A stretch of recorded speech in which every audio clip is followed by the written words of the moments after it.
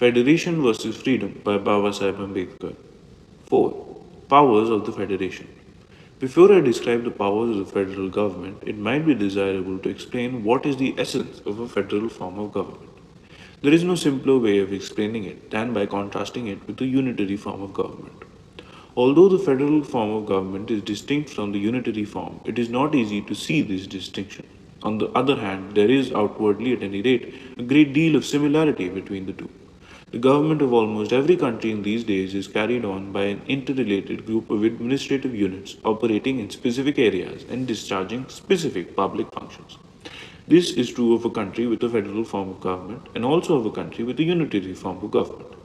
In a federal constitution, there is a central government and there are interrelated to it several local governments.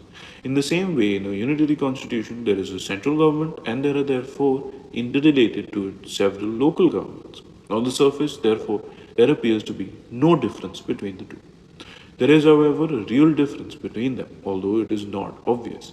That difference lies in the nature of the interrelationship between the central and the local administrative units. This difference may be summed up in this way. In the unitary form of government, the powers of the local bodies are derived from an act of the central government. That being so, the powers of the local government can always be withdrawn by the central government.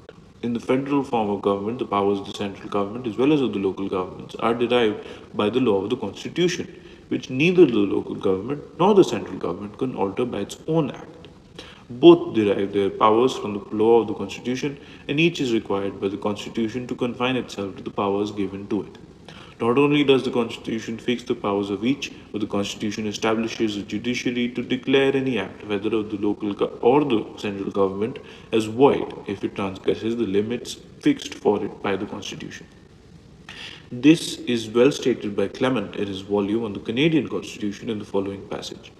Apart from detail, the term federal union in these modern times implies an agreement to commit people to the control of one common government in relation to such matters as are agreed upon as of such common concern, leaving each local government still independent and autonomous in all other matters. As a necessary corollary, the whole arrangement constitutes a fundamental law to be recognized in and enforced through the agency of the courts.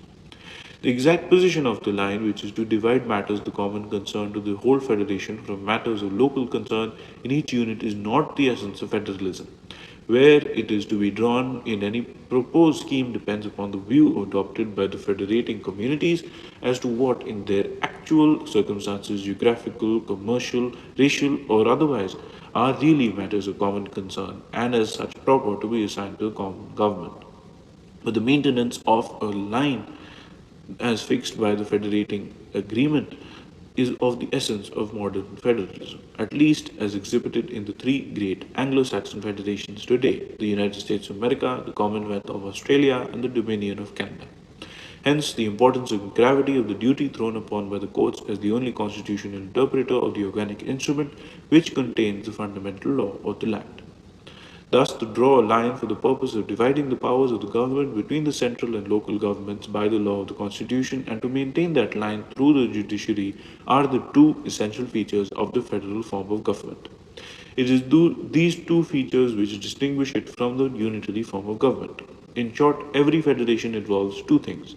One, division of powers by meters and bounds between the central government and the units which compose it by the law or the constitution, which is beyond the power of either to change and to limit the action of each to the powers given, and two, a tribunal beyond the control of either to decide when the issue arises as to whether any particular act of the center or of the unit, legislative, executive, administrative, or financial, is beyond the powers given to it by the constitution.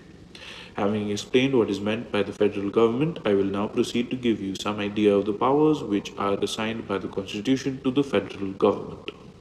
The end.